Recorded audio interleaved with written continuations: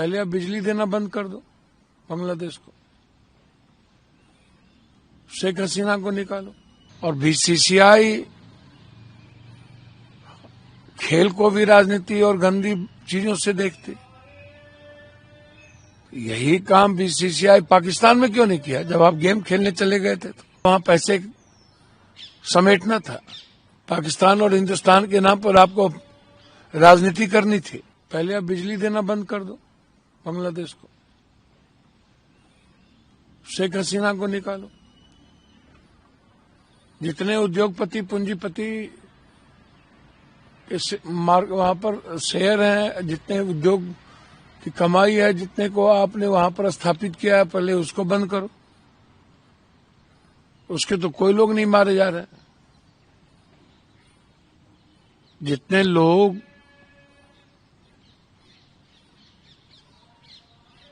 को आप सनातन के नाम पर मरवा रहे हो, तो ये पूंजीपति और उद्योगपतियों का क्यों नहीं? और उसके बाद चावल का व्यापार तो आप कर ही रहे हो, तो आप हर चीज में राजनीति क्यों करते हो? और बीसीसीआई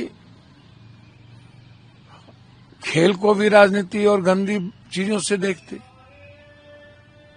यही काम बीसीसीआई पाकिस्तान में क्यों नहीं किया? जब आप गेम खेलने चले गए थे तो, क्योंकि आपको वहां पैसे समेटना था।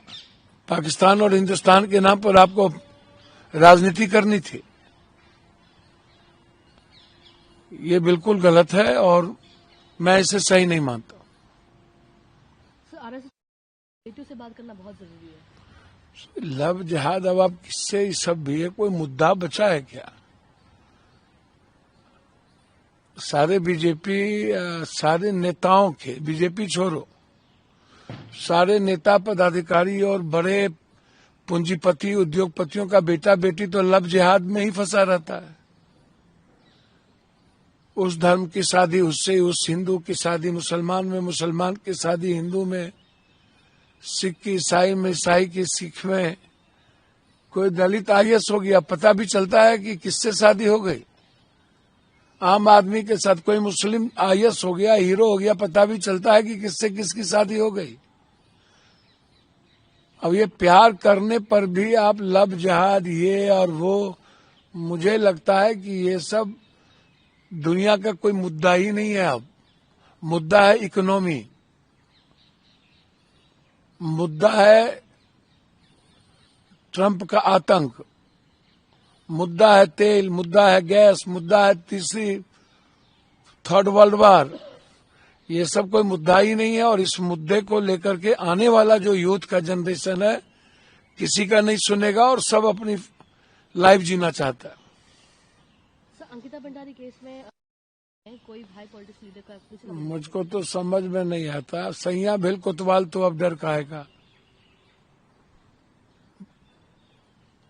भैया। सुरसुर और मुरमुर मुद्दे भी हम, मुद्दाले भी हम। तो एसपी पहले ही दुनिया कह चुकी है, कोर्ट कह चुका है कि तोता होता है जिसकी सरकार उसकी बात होती है, जिसकी लाठी उसकी भैंस। तो एसपी क्या कहेंगे? एसपी क्या करेंगे? आप बताइए ना। तो खुद एमएलए की पत्नी और उसी के दल के लोगों ने कहा है, देखे गए। तो साइंटिफिक जांच हो गई क्या एसपी साहब? तो यदि नहीं है तो सीबीआई इंक्वायरी करा लीजिए, उस पर दिक्कत क्या है? और हाई कोर्ट, सुप्रीम कोर्ट के जज के मॉनिटरिंग में करा लीजिए। दूध का दूध, पानी का पानी हो जाएगा। सीबीआई इंक्वायरी करा लीजिए। हम चाहते हैं सीबीआई इंक्वायरी हो। सर, कमिंग टू द, और कल रात को उनके प्राइम मिनिस्टर को भी ड्रग केस में प्रोसिक्यूट करके अंदर लिया है न्यूयॉर्क में, उनकी वाइफ को भी। तो ऐसे कैसे कंटेन कर पाएंगे? डेल्जी जो वाइस प्रेसिडेंट है वेनेजुएला की, उन्होंने कहा है कि हम इसे इसका जवाब देंगे मिलिट्री एक्शन से। और ट्रंप ने यह भी कहा है कि हम उनके ऑयल रिजर्व को यूज करेंगे और जब तक कोई सस्टेनेबल गवर्नमेंट नहीं आती तो हम ही राज करेंगे। वेनेजुएला के पर गलत हमला है, बिल्कुल गलत। ये मोनोपोली करते हैं। ये सनकी आदमी है। ऐसे आदमी से इस दुनिया को बचाना चाहिए।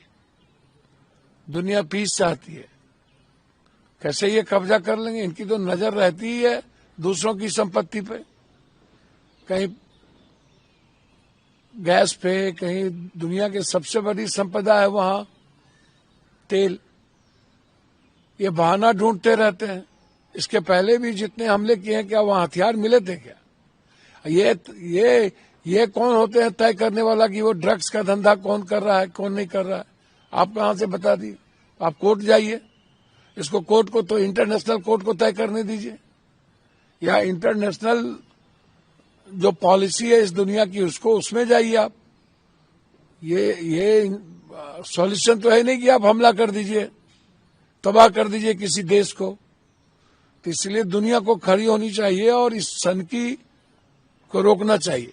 हर कीमत पर सनकी को रोकना जरूरी है दुनिया की शांति के लिए।